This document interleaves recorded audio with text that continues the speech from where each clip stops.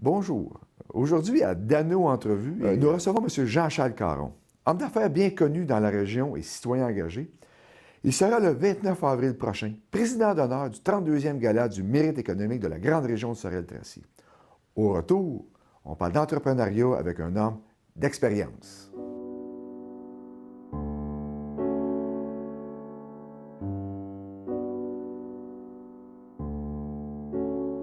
Jean-Charles Caron, bonjour. Bonjour. Bienvenue à IPX TV.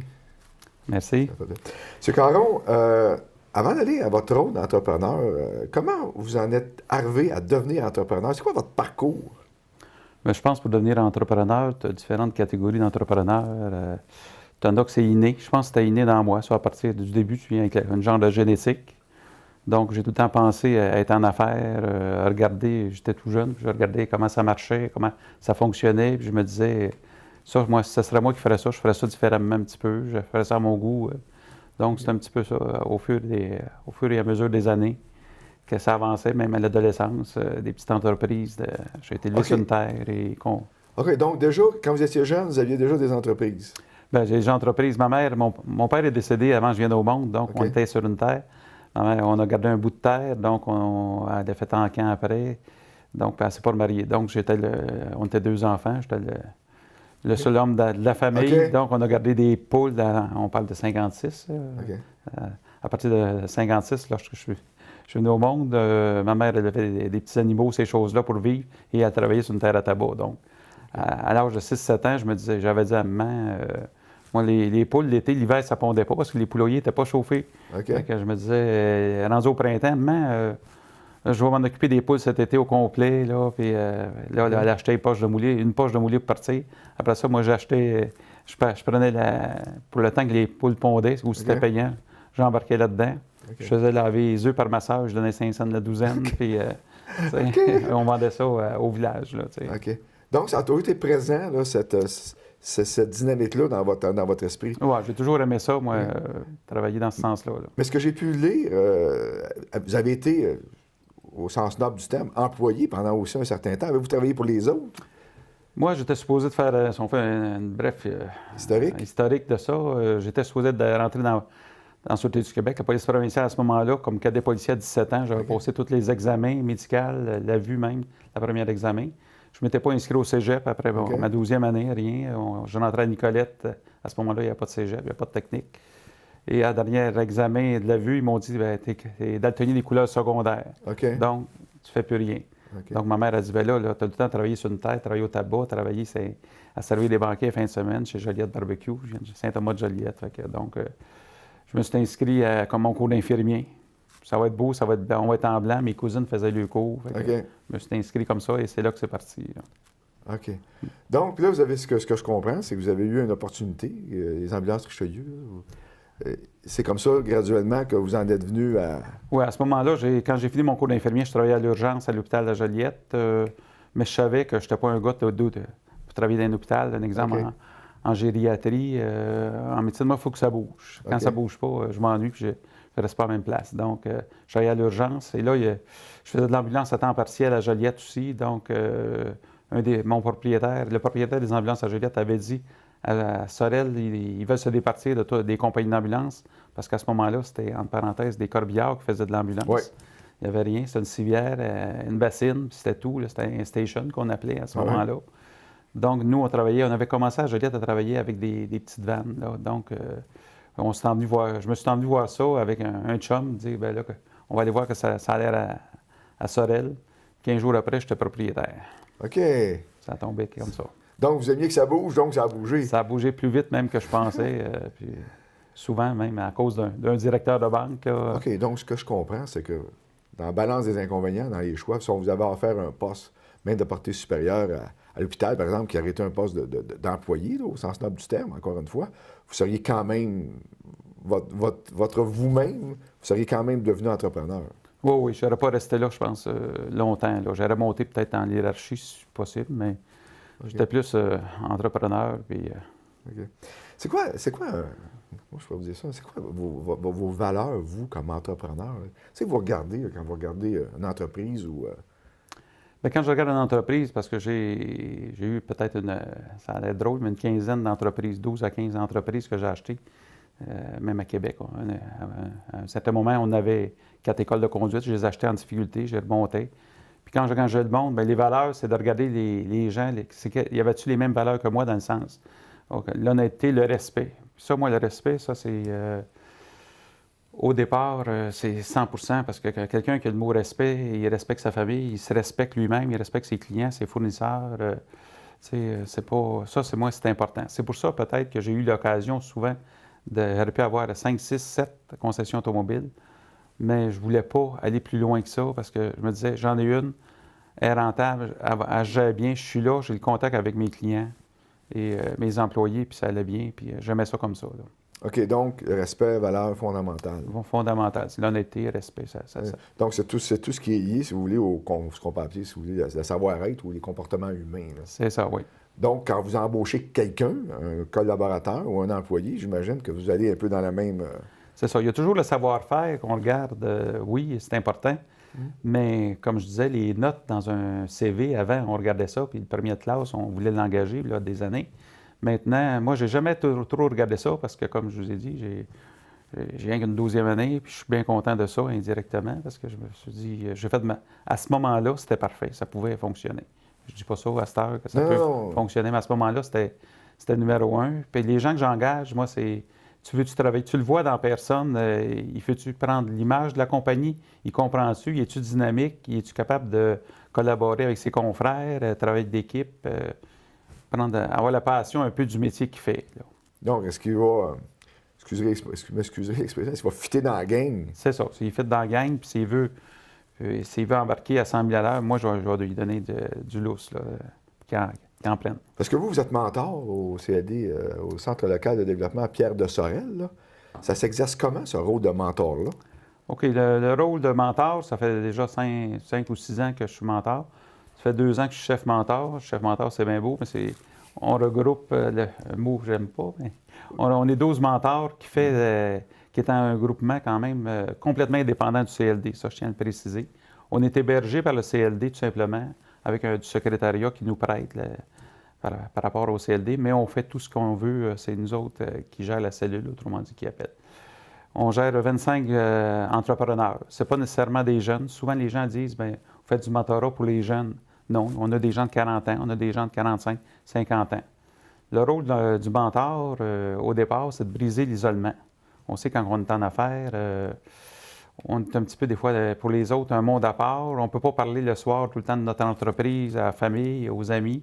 Parce que les amis travaillent soit à l'usine ou dans un autre commerce différemment. Donc, on a besoin de parler de nos problèmes, nos bons coups et nos mauvais coups aussi. Là. Parce que souvent, il y a des mauvais coups en entreprise.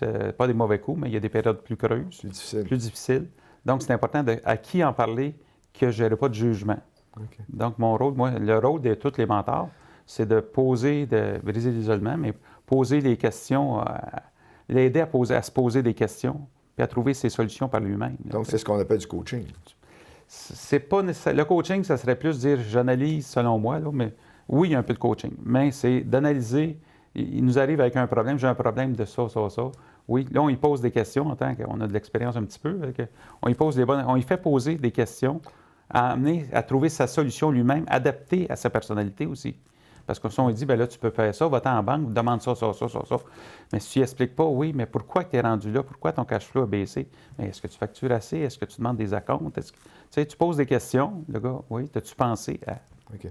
Donc, c'est quelque part, ça se situe, vous me corrigez, là, parce que c'est entre la caisse de résonance, c'est-à-dire vous écoutez les gens puis vous interagissez avec, et le coaching là, au sens strict du terme.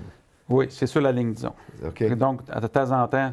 Puis adaptable, notamment, j'imagine, adaptable aux gens avec qui vous êtes en... C'est ça, on s'adapte. Par contre, du coaching, tu vois, quelqu'un va prendre un consultant ou un coaching, il va le prendre dans sa spécialité. Nous, les gens qui sont là, c'est des entrepreneurs à 99 % ou des anciens directeurs de banque, ces choses-là. Ils vont faire... on va de mieux en mieux, mais on ne rentre pas dans le pointu de son entreprise. On n'y aura pas parlé de soudure, on n'y aura pas parlé, mais on peut y parler, par exemple, quand tu fais tes contrats, as-tu fait vérifier tes contrats, tes soumissions? Comment tu fais? As-tu déjà vérifié ça? Sur quoi tu te bases? On pose des questions, on l'amène à penser. Oh, j'ai oublié ça. Ouais, mais regarde. Puis c'est ça, on chemine avec ça. Là, vous ne m'aimerez pas, là, mais c'est un peu un vieux sage. Oh, oui, vous ne m'aimerez pas, je crois. Oui, mais c'est... Oui, c'est l'expérience. Moi, personnellement, j'ai toujours aimé en parler aux plus jeunes ou aux gens. Et quand j'étais jeune, j'avais été président pendant 4 ans de la Corporation des services d'ambulance du Québec. J'étais le plus jeune. Tous les gens avaient 50 ans. Moi, j'en avais 28, 29 sur le conseil d'administration. Et les gens, j'allais souvent près des plus vieux et dire « Comment vous faites ça? Comment vous faites ça? » Puis c'est de même que j'ai évolué. C'est en parlant à des plus vieux, puis apprenant un petit peu leur façon qu'ils font, mais on l'adapte avec la jeunesse aussi, là, et notre façon de faire et notre mentalité. Ce qui vous a emmené le 29 avril prochain, vous serez président d'honneur du 32e Gala du mérite économique de la région de Sorel-Tracy. C'est quoi le rôle d'un président d'honneur? Bien, le rôle d'un président d'honneur, c'est un peu d'essayer de promouvoir. Moi, je me suis donné comme rôle de parler aux jeunes, parce qu'on est avec les jeunes souvent, de les emmener à participer, leur dire le beau côté.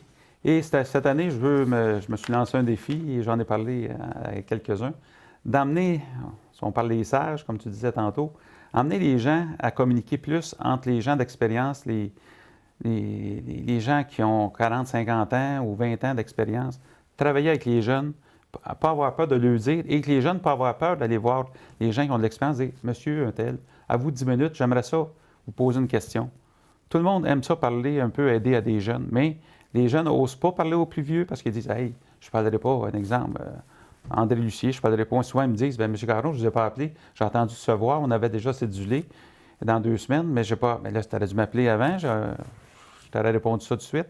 Ouais, je ne voulais pas vous déranger. Ben oui, mais je te réponds à cette heure, un texto, je te réponds, je t'appelle, puis on dégonfle la balloune. Là. OK.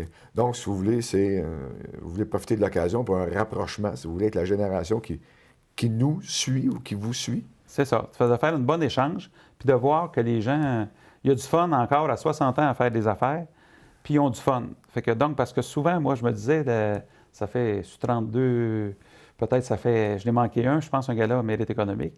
Mais j'étais dans la vingtaine, puis je regardais porte du manoir, M. Boulet, Salva, Marina Sport, Marina Sorel-Tracy.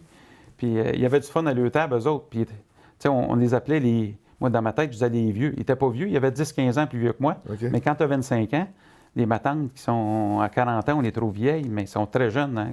Quand on est rendu à 60, on est très jeunes encore. J'ai lu sur Sorel-Tracy Magazine, je vais vous citer, parce que je vais vous emmener sur un point particulier. L'objectif, dans le cadre de ce gala-là, c'est que ces jeunes soient heureux. OK? Je pense que vous l'aviez très bien exprimé. Qu'ils fassent de l'argent et qu'ils progressent. Je vais vous emmener sur le mot « argent ». Jean-Charles Caron et l'argent. Bien, moi, je me dis, premièrement, quand on est en affaires, au début, on ne fait pas d'argent. C'est souvent. On travaille des 60-70 heures par semaine, mais il faut qu'il y ait un objectif. Puis dans chaque entreprise, c'est important d'avoir un objectif. L'objectif, c'est de faire de l'argent. Si tu fais de l'argent, tu fais travailler des gens, tu t'achètes de l'équipement, tu peux aller voir d'autres marchés, tu peux agrandir ton marché, tu peux prendre des belles décisions. Si tu ne fais pas d'argent, tu es aussi bien à cette heure, surtout avec les années qu'on vit, il y a des opportunités de gens qui vont aller travailler à des salaires qui vont sortir dans 50, 60, 75 000 par année, puis avec son entreprise, il en fait 20 000.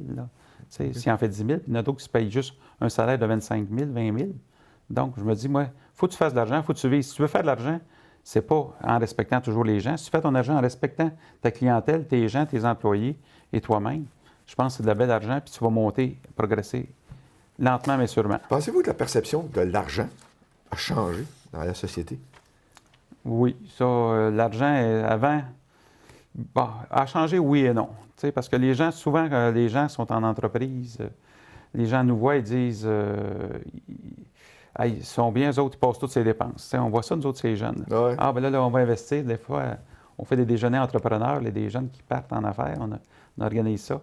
Puis souvent, ils disent, bien là, c'est pas grave, ça passe ses dépenses. Mais moi, je le dis toujours, ça passe ses dépenses. Avant de faire une dépense, il faut faire de l'argent.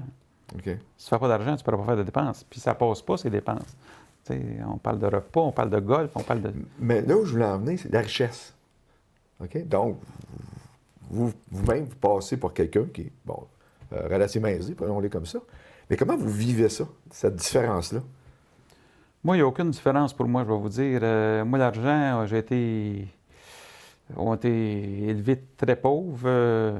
J'ai la première auto dans la famille, c'est moi qui l'ai eu à 16 ans. Donc, on a été longtemps à faire de la petite moto ou du bicycle à pédale. Puis on n'était pas au village. Fait que donc, on pédalait pour aller à la messe, puis on pédalait pour revenir.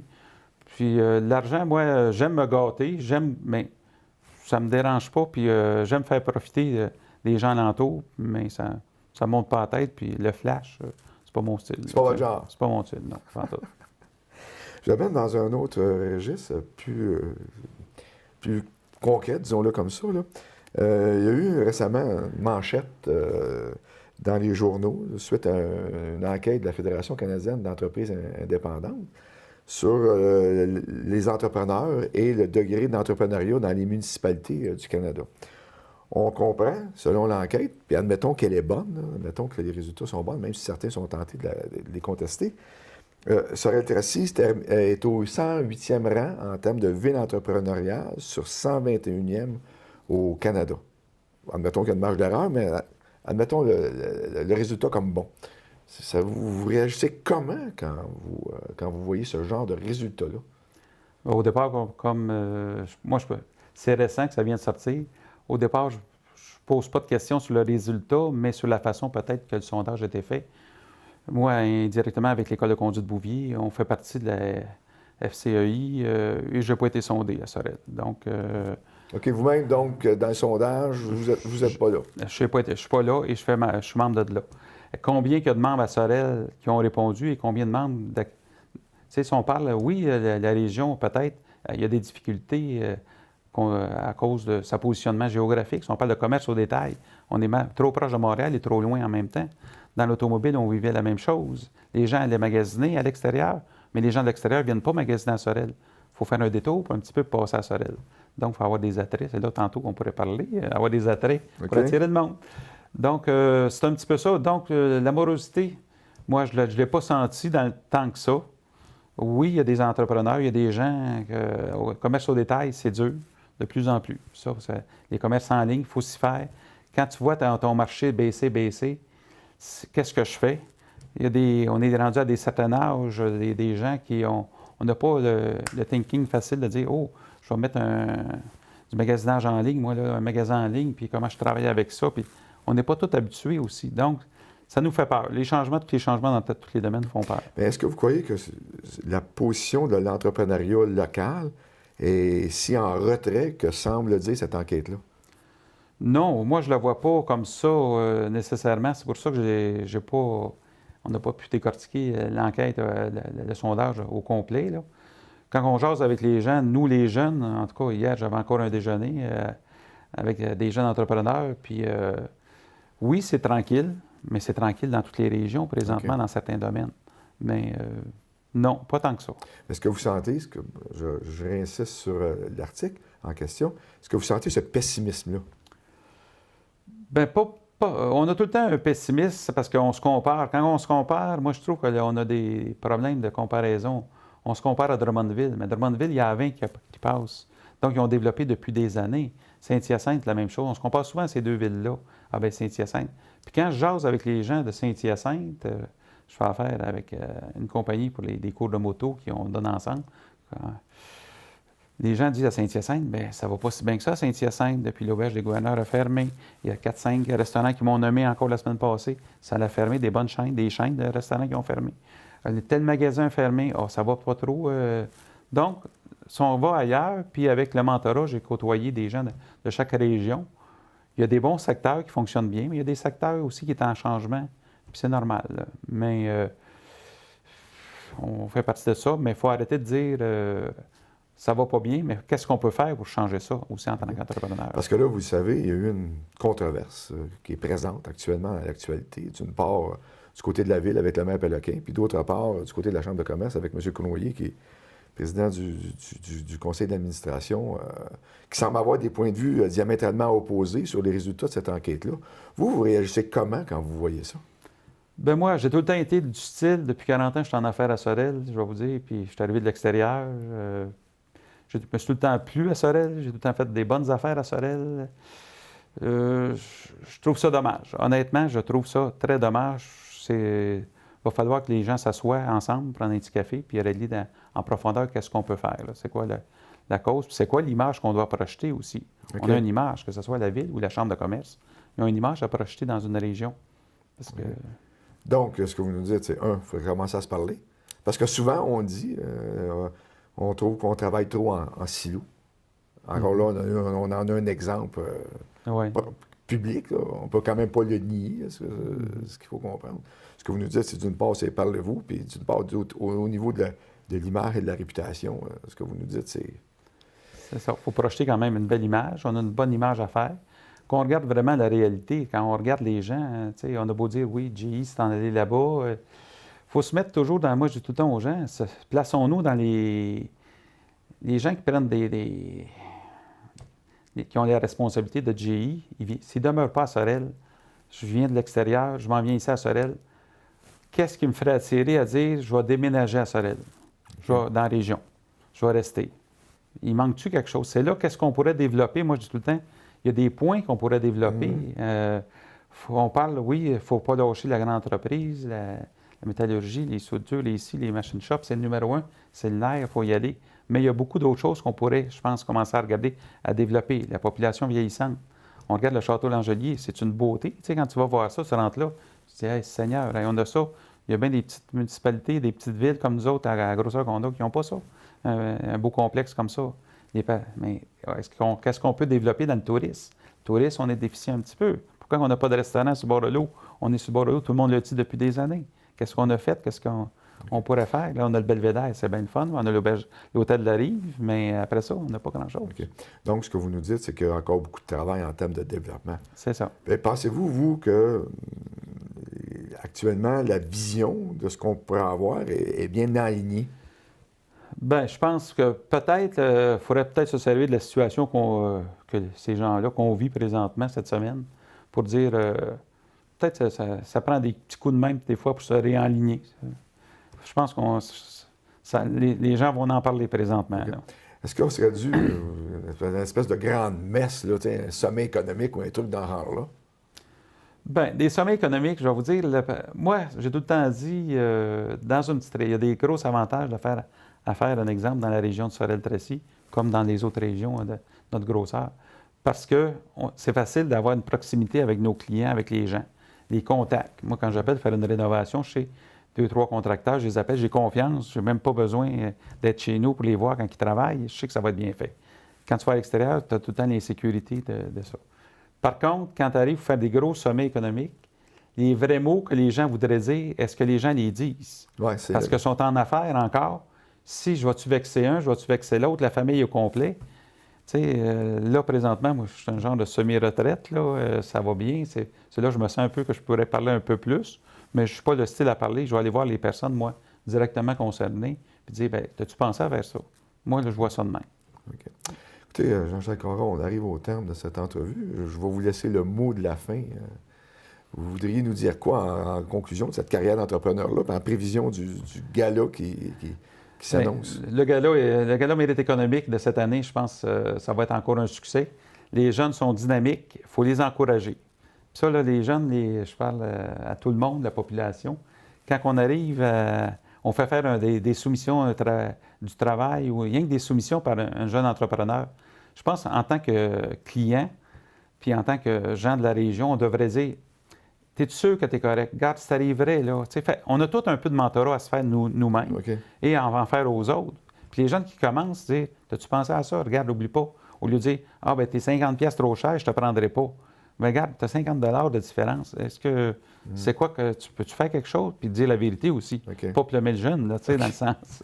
Mais tu sais, les plus vieux en affaires, ben, on va essayer on devrait aider plus les jeunes, puis de parler, de communiquer ensemble, puis les stimuler. Écoutez, on vous remercie énormément de votre passage à IPX TV. Ça me fait plaisir.